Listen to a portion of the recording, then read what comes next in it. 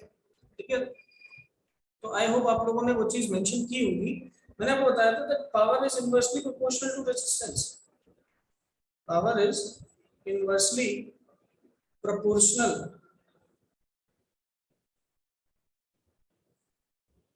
To resistance. Power resistance के आर के इनवर्सली प्रोपोर्शनल होता है। ठीक है, as the resistance of circuit increases the power decreases. ठीक है, रेजिस्टेंस सर्किट का इंक्रीज करता है तो पावर डिक्रीज करती है, पावर यूटिलाइज या पावर डिसिपेटेड डिक्रीज करता है। फिर हमने क्या बात की थी, फिर हमने इसमें ये बात की थी कि भाई पावर तो बात ये हो गई अगर पैरेलल सीरीज सर्किट्स हो मेरे पास, ठीक है, सीरीज सर्किट हो, पैरेलल सर्किट हो, ठीक है, और इन सर्किट्स की हमारे पास अगर बात आ जाए तो इन सर्किट में हमने बात की थी कि भाई सीरीज में तो अल्टीमेट रेजिस्टेंस बहुत ज्यादा इंक्रीज कर जाता है। So in series the total resistance increases, in series the total resistance increases, बहुत ज्यादा इंक्रीज कर जाता है। लेकिन पैरेलल में क्या होता है, तो बेटा पैरेलल के अंदर equivalent resistance, equivalent resistance minimum resistance से भी कम आता है। जैसे मान लो आपने 5 रेजिस्टर्स को पैरेलल में लगा रखा है, जैसे आप डायग्राम में यहाँ पर देख सकते हो, मैं 3 रेजिस्टर्स लगाता हूँ, ठीक है, ये 3 रेजिस्टर्स मैंने यहाँ पर पैरेलल में ठोक दी। ठोकने के बाद मैंने देखा कि यार इसका इक्विवेलेंट आंसर क्या आएगा। ठीक है, इक्विवेलेंट आंसर निकालने के लिए मैंने देखा कि यार एक 1 ओम था, एक 2 ओम था और एक 3 ओम था। मैंने कहा यार इसको इक्विवेलेंट कैसे निकालेंगे, तो फॉर्मूला क्या होता है हमारे पास, फॉर्मूला होता है 1/r is equal to 1/1 plus 1/2 plus 1/3, और ऐसे करके हम r की वैल्यू कैलकुलेट कर सकते हैं। मेरे को बिना कैलकुलेट करके पता लगाना है कि मेरी वैल्यू कितनी आ सकती है, तो बेटा कैसे कैलकुलेट करेंगे, तो हम उसको कैलकुलेट करने के लिए पहले क्या यूज करेंगे। आप देखिए कौन सा रेजिस्टेंस सबसे छोटा है। मुझे यहाँ पर सबसे छोटा रेजिस्टेंस जो दिख रहा है वो 1 ओम दिख रहा है। आपका जो फाइनल रेजिस्टेंस होगा ये 1 ओम से भी छोटा होगा। आपका जो फाइनल रेजिस्टेंस होगा this will be less than और लेसर देन 1 ओम रेजिस्टेंस, ये 1 ओम से भी छोटा होगा। तब जाके हम बोल सकते हैं कि हाँ ये सर्किट किस में कनेक्टेड है, पैरेलल में कनेक्टेड है। और ये चीज बात हमने पिछली क्लासेस के अंदर की थी और मैंने बोला था कि आप इसको नोट्स पे मेंशन करेंगे। कितने बच्चों ने इसको नोट्स पे मेंशन कर लिया है, फटाफट बताइए। How many students have mentioned this in your notes copy? Yes, raise your hands. 25 students, only 25 out of 86। बेटा इसको नोट्स में मेंशन करना, जिसने नहीं करा है वो पिछली क्लास की रिकॉर्डिंग देखो और वहां से इसको नोट्स में मेंशन करो बेटा, बहुत इंपॉर्टेंट है। आइए आज अपन एक नए टाइप का सवाल करें, ठीक है, we will do new type of question, let us check it out. NCERT का क्वेश्चन है, ध्यान से देखेंगे और समझेंगे। पावर पे ये क्वेश्चन है, ठीक है, तो पावर का आपको आइडिया होना चाहिए। फॉर्मूला मैं साइड में यहाँ पर फिर से लिख देता हूँ, power is equal to v to i, या फिर हम लिख सकते हैं i स्क्वायर r, या फिर हम लिख सकते हैं v स्क्वायर बाय r। ये 3 फॉर्मूले हम जानते हैं पावर। चलिए अब मैं क्वेश्चन यहाँ पर मेंशन करता हूँ। The question is like this, an electric bulb, an electric bulb dissipates power of 100 watt when connected to 220 volt power supply, when connected to 220 volt power supply। जब अपन एक इलेक्ट्रिक बल्ब को 220 volt की power supply से connect करते हैं तो वो 100 वाट का पावर डिसिपेशन क्रिएट करता है। Full stop. if the same bulb if the same bulb is connected to 110 volts power supply, 110 volts power supply, then its power dissipated would be, then its power dissipated would be, भाई अगर हमने same bulb को कहाँ connect कर दिया, अगर हमने same bulb को 110 वोल्ट पावर सप्लाई से कनेक्ट कर दिया तो भाई उसका पावर डिसिपेटेड कितना रहेगा, ये हमसे पूछा जा रहा है। ठीक है, इसको पता लगाने के लिए व्हाट वी विल डू, इसको पता लगाने के लिए हम क्या करेंगे, इसको पता लगाने के लिए आप सबसे पहले छोटी सी चीज देखिए, सबसे पहले जो गिवन डाटा है हम पहले उसे यहाँ लिखता हूँ मैं सॉल्यूशन। अब जो गिवन डाटा है पहले उसको लिखो, तो गिवन क्या क्या है मेरे पास, initial potential is 220 volts, power initially कितनी डिसिपेट हुई 100 वॉट्स। अब देखिए क्या मैं करंट की वैल्यू यहाँ पर निकालूं तो क्या मेरा आंसर निकल के आएगा, क्या नहीं आएगा। क्यों नहीं आएगा, क्योंकि यार शुरुआत में आपने लगाया 220 वोल्ट, बाद में आपने लगाया 110 वोल्ट, और ओम्स लॉ कहता है कि जितना पोटेंशियल होगा उतना ही सर्किट में करंट, ओम्स लॉ कहता है जितना पोटेंशियल होगा उतना ही सर्किट में करंट होगा, तो जितना सर्किट में करंट आप रखेंगे उतना ही पोटेंशियल आपको यहाँ पर देखने को मिलेगा। ठीक है, अब जैसे कि शुरुआत में 220 वोल्ट था हमारे सर्किट में, तो 220 वोल्ट का पोटेंशियल हमें कुछ सर्टेन अमाउंट ऑफ करंट देगा। ठीक है, 220 वोल्ट का potential certain amount of current देगा, क्या वो सेम करंट हमें 110 वोल्ट में मिलेगा क्या, तो हमारा आंसर होगा नो। क्यों, क्योंकि जब पोटेंशियल कम हो गया तो हमारा नया वाला जो करंट है वो भी कम हो जाएगा, नया वाला जो करंट है वो भी कम हो जाएगा, वो वहां पर एग्जैक्ट सेम नहीं मिलेगा। तो हम करंट को निकाल के यहाँ पर कोई चीज सॉल्व नहीं कर सकते, तो यहाँ पर हमें क्या निकालना पड़ेगा, तो सर हम यहाँ पर क्या करेंगे, हम यहाँ पर रेजिस्टेंस निकालेंगे, we will calculate the resistance in these type of questions. तो इस चीज को मैं यहाँ पर मेंशन करता हूँ, देखो in this type, in this type we will determine the value of resistance। इस टाइप के क्वेश्चंस के अंदर हम रेजिस्टेंस की वैल्यू को डिटरमाइन करेंगे, हम करंट की वैल्यू को डिटरमाइन नहीं करेंगे।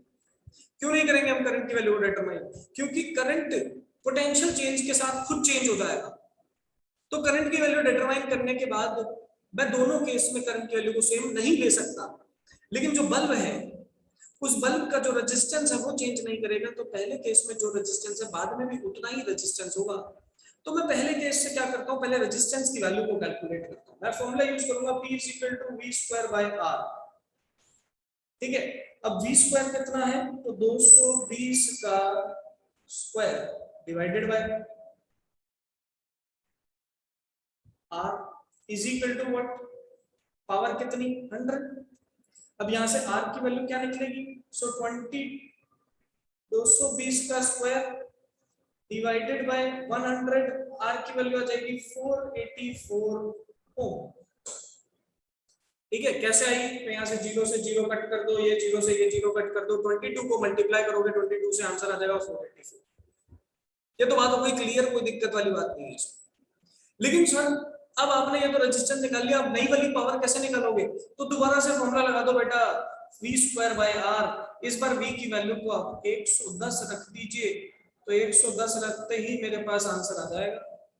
कैसे आंसर आएगा, तो देखिए 11 × 11 × 100 किया जा सकता है इसे, और इसको 484 किया जा सकता है। इसको यहाँ से सॉल्व करेंगे तो ये क्या आ जाएगा 22 टाइम्स, फिर इसको यहाँ से सॉल्व करेंगे 2। सही है कि नहीं है, बताओ यार, is it clear to everyone और not, fast.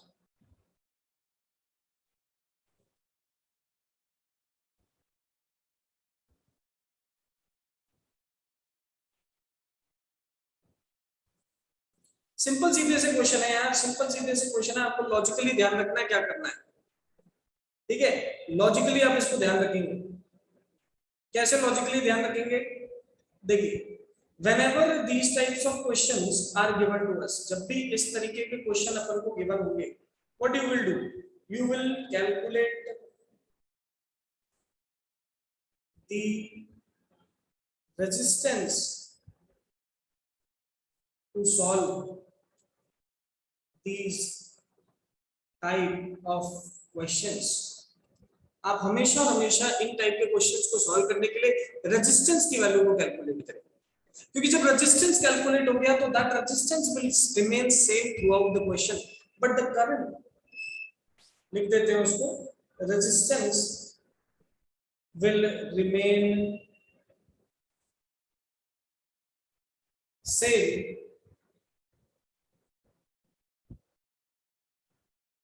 throughout the question, but the current can change. But the current can change. ठीक है, तो कैलकुलेट कर लो। देखो यहां से क्या आंसर आएगा, देखो क्या आंसर आ रहा है। मैं इसको सॉल्व करता हूं तो देखो 11 into 11 into 100 divided by 22 into 22 लिख सकते हैं इसे। सो 11 से ये कैंसिल हुआ 22 टाइम्स, फिर ये 11 से कैंसिल हुआ 2 टाइम्स। सो 100 डिवाइडेड बाय क्या आ गया 4। सो आंसर आ गया 25 वाट। ठीक है, आंसर क्या आ गया 25 वाट आ गया। सिंपल सीधी सी बात है, बहुत ही आसान चीज है, कोई दिक्कत वाली बात नहीं है इसके अंदर। आपको जब भी इस टाइप के क्वेश्चन हमें देखने को मिले, क्या करना है, आपको जब भी ऐसे क्वेश्चन देखने को मिलेंगे, आप रेजिस्टेंस को कैलकुलेट करेंगे। कौन सा फॉर्मूला लगा के, v स्क्वायर बाय r। क्यों? क्योंकि रेजिस्टेंस पूरे क्वेश्चन में सेम रहेगा, बट करंट पूरे क्वेश्चन में सेम नहीं रहेगा। करंट पोटेंशियल की वैल्यू चेंज होते ही खुद करंट भी क्या कर जाता है, चेंज होता है। बताइए सभी, ये चीज सबको क्लियर हुई कि नहीं हुई? फटाफट हैंड रेज करके बताएंगे।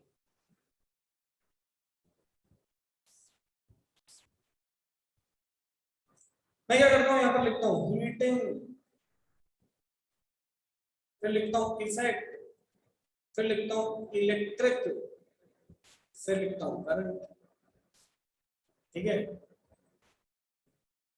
ये लिख दिया। Heating effect of electric current की हमने बात यहां पर कर दी। अब सर क्या करेंगे यहाँ पर? आपने हीटिंग इफेक्ट तो बता दिया, अब क्या करेंगे? ये तो कुछ नया आप बता रहे हो, देखो कैसे करेंगे। देखिए, हमने पहले भी बात की थी और आज भी बात कर रहे हैं कि हमारे सर्किट के अंदर जो भी वायर्स होती हैं वो बेसिकली कंडक्टर्स होते हैं। तो ये मैंने एक वायर का एक छोटा सा हिस्सा आपको बना के दिखाया, ठीक है? इस तरीके से एक छोटा सा हिस्सा वायर का मैं आपको बना के दिखा, लाइक दिस। अब इस वायर में क्या होता है, जब भी चार्ज चलेगा, मान लो इलेक्ट्रॉन इसमें चलने के लिए आया, तो इलेक्ट्रॉन जब चलेगा तो इलेक्ट्रॉन बड़े आराम से नहीं चल पाता, वो इलेक्ट्रॉन टकराते टकराते चलता है, कोलिजन करता हुआ चलता है। ऐसे जगह जगह जगह जगह क्या करेगा, कोलिजन करेगा। ठीक है, जगह जगह ऐसे कोलिजन करेगा, फिर आगे जाता है। सो ये जो मैंने डॉट्स दिखाए हैं, ये डॉट्स क्या है, दीज डॉट्स आर कोलिजन्स। टकराता है वो, तो किससे टकराता है? तो वो दूसरे इलेक्ट्रॉन से या आयन से टकराता है। अब कोई आदमी टकराएगा, मान लो हाईवे पे कोई गाड़ी चल रही थी, सडनली किसी से टकरा गई, तो वो गाड़ी और तेज चलने लगती है क्या? नहीं, खुद गाड़ी धीरे हो जाती है, रुक जाती है। टकराने की वजह से उसकी एनर्जी कम हो जाती है। तो यही चीज बेटा आपको यहाँ पर याद रखनी है। मैं यहाँ पर लिखता हूँ ड्यू टू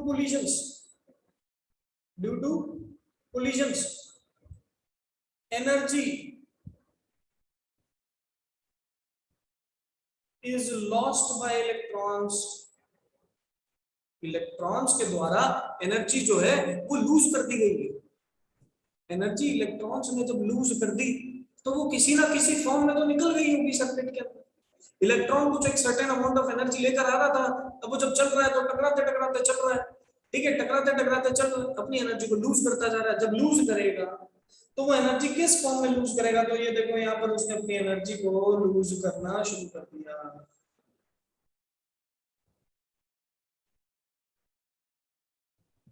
उसने अपनी एनर्जी को यहाँ पर लूज करना शुरू कर दिया। Energy can neither be created nor can be destroyed, ये बात हम पहले भी कर चुके हैं, आज भी कर। ठीक है, तो एनर्जी वो किस फॉर्म में लूज करेगा? अगर उसने अपनी एनर्जी को कम कर लिया तो एनर्जी किसी ना किसी फॉर्म में चली गई होगी। अब किस फॉर्म में गई होगी? तो उसको मैं नाम देता हूं यहाँ पर हीट। क्या नाम देता हूं? हीट नाम देता हूं। ठीक है, तो बेसिकली जो भी एनर्जी यहाँ पर इलेक्ट्रॉन ने अपनी लूज की, वो एनर्जी यहाँ पर किस फॉर्म में निकल गई? तो हीट के फॉर्म में निकल गई। आप घर पे खेल रहे थे मोबाइल में गेम, ठीक है, यही करते हो और तो क्या करते हो? पढ़ाई तो बहुत कम बच्चे करते हैं, बाकी सब तो गेम ही खेलते हैं। तो क्या करते हो? आपने पबजी खेला, पबजी तो वापस भी आ रहा है अब इंडिया में, ठीक है, तो बहुत बच्चे खुश होंगे कि सर पबजी आ रहा है, आपको मजा आएगा। ठीक है, तो आपने क्या किया? पबजी लिया, उसको खेलने लग गए, सुबह से लेकर 3-4 घंटे 5 घंटे 10 घंटे खेले जा रहे हैं।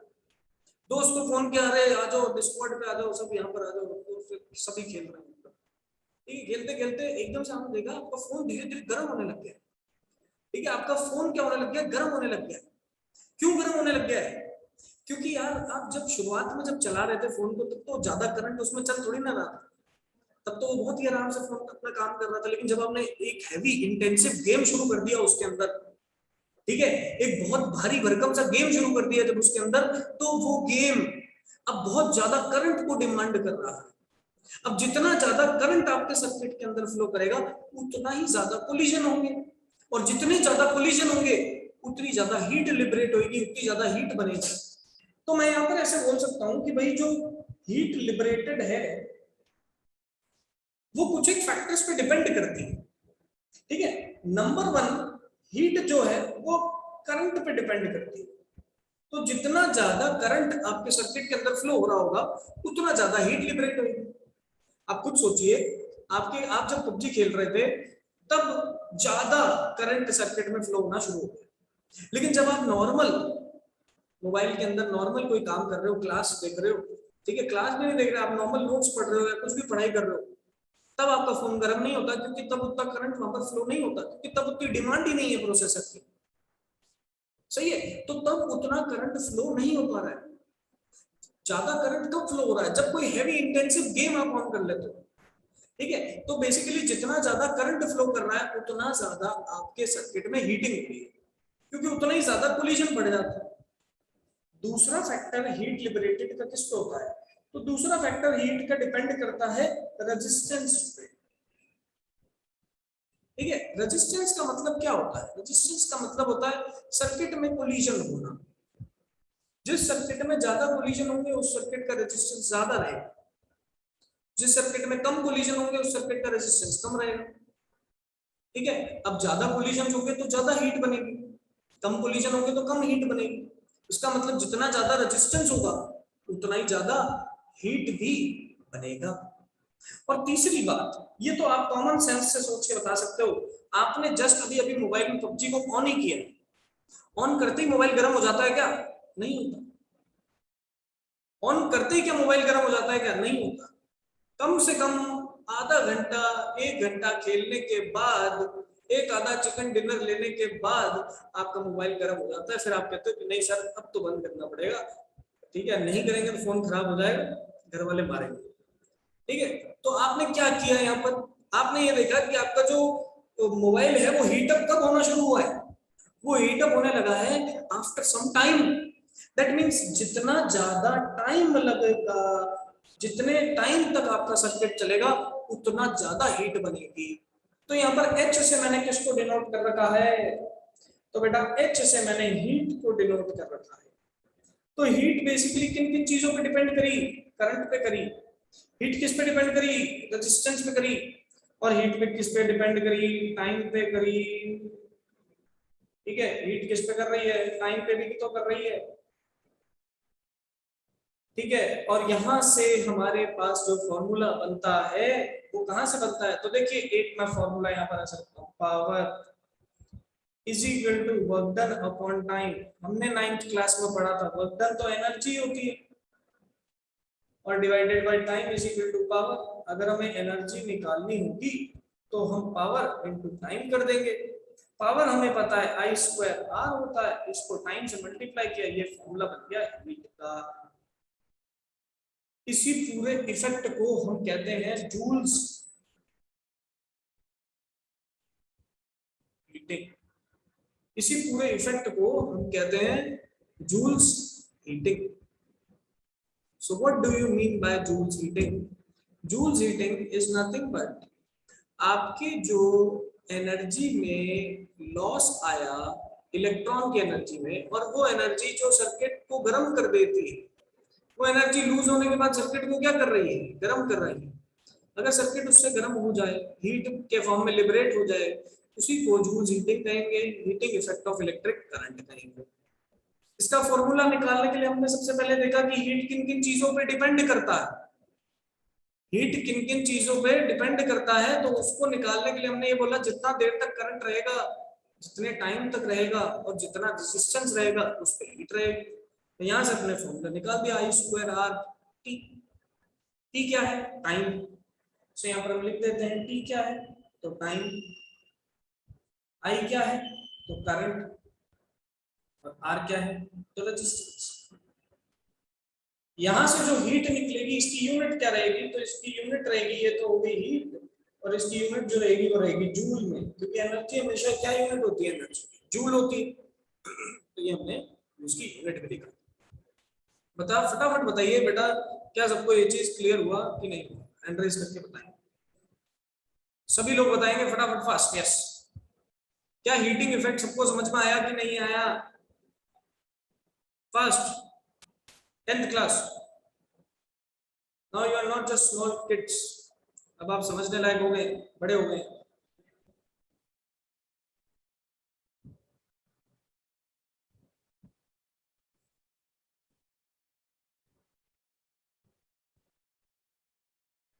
चलिए, अब अपन इस हीटिंग इफेक्ट का थोड़ा सा ना एडवांटेज देखते हैं कि हम इसको कहाँ कहाँ यूज करते हैं। ठीक है, यूज कहाँ कहाँ करते हैं, तो देखिए इस हीटिंग इफेक्ट को कहाँ यूज किया जाता है। आपके घरों में इलेक्ट्रिक गीजर लगा होता है।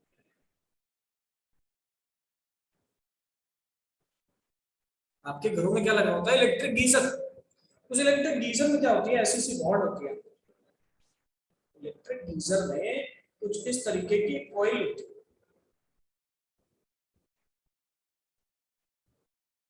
ठीक है, इस तरीके की कॉइल होती है। अब ये कॉइल जो होता है इसको अपन हाई रेजिस्टेंस वाले वायर से बनाते हैं। किससे बनाते हैं? हाई रेजिस्टेंस वाले वायर से बनाते हैं। अब आपने गीजर को ऑन किया, जैसे गीजर को ऑन किया तो सर्किट इसमें चलना शुरू हो गया, करंट इसमें चलना शुरू हो गया। जब करंट इसमें चलना शुरू हो जाएगा तो हम जानते हैं जितनी देर तक करंट रहेगा और जितना ज्यादा रेजिस्टेंस रहेगा उतना ही यहाँ पर हीट बनेगी। तो ये जो फिलामेंट है, ये जो कॉइल है, this coil gets heated up. ठीक है, ये कॉइल क्या हो जाती है? हीट अप हो जाती है, गर्म हो जाती है। ठीक है, ये कॉइल गर्म होने के कारण हीट को लिबरेट करती है, और उस हीट से हमारा जो वाटर है, ठीक है, जो वाटर है वो गर्म हो जाता है, वार्म हो जाता है। ठीक है, तो ये हमारा सिंपल सा सिस्टम है, एक एडवांटेज है जिसका यूज है heating effect of electric current. और इसका यूज कहाँ आता है? तो इलेक्ट्रिक टोस्टर में आता है। आपके घरों में सर्दियों में ब्लोअर चलाते होंगे, ठीक है, रूम को गर्म करने के लिए, उस ब्लोअर में आता है। ठीक है, और इसका कहाँ यूज होता है? तो इलेक्ट्रिक बल्ब में होता है। तो देखिए इलेक्ट्रिक बल्ब भी बनाना है, ध्यान से देखना, लास्ट टॉपिक है आज का, इलेक्ट्रिक बल्ब। तो देखिए इलेक्ट्रिक बल्ब कैसा होता है, उसको पहले तो एक डायग्राम देखते हैं। ठीक है, डायग्राम देखेंगे फिर अपन समझेंगे क्या। आप लोग सभी ने कभी ना कभी इलेक्ट्रिक बल्ब के डायग्राम को जरूर देखा होगा।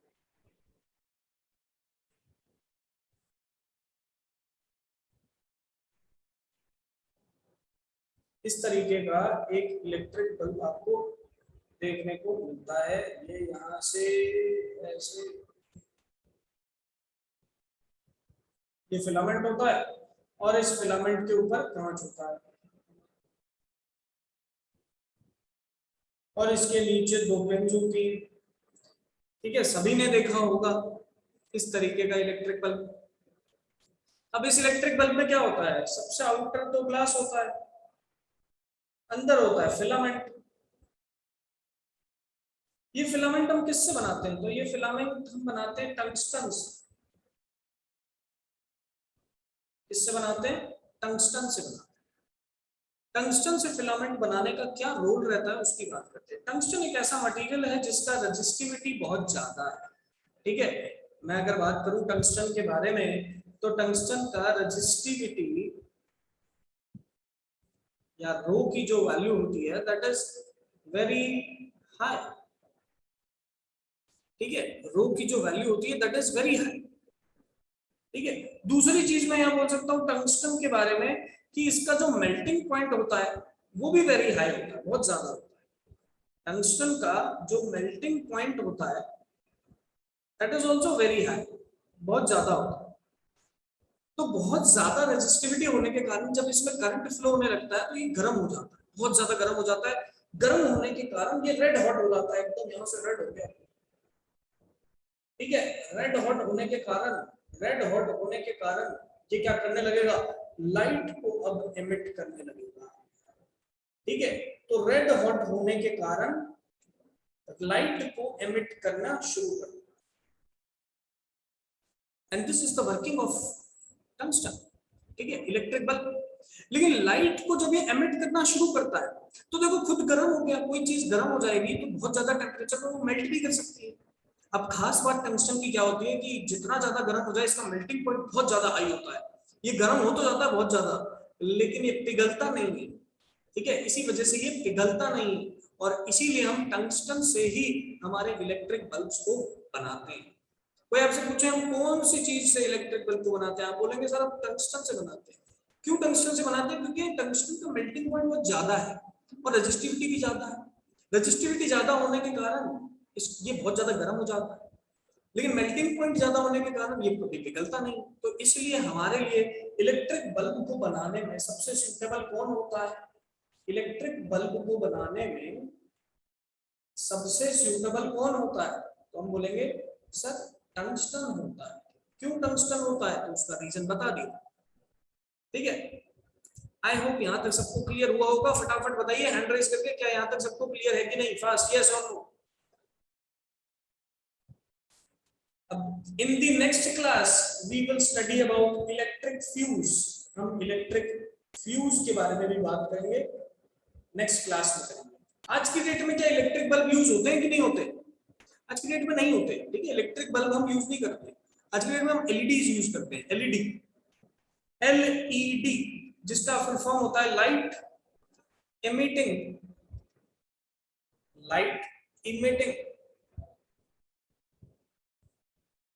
डायोड। ठीक है, इसका मतलब होता है लाइट इमिटिंग डायोड, लाइट निकालने वाला सेमीकंडक्टर, जो कि 12th क्लास में आता है, एज ऑफ 10th क्लास में नहीं आता। ठीक है, अब एलईडी आज के डेट में हम यूज करते हैं।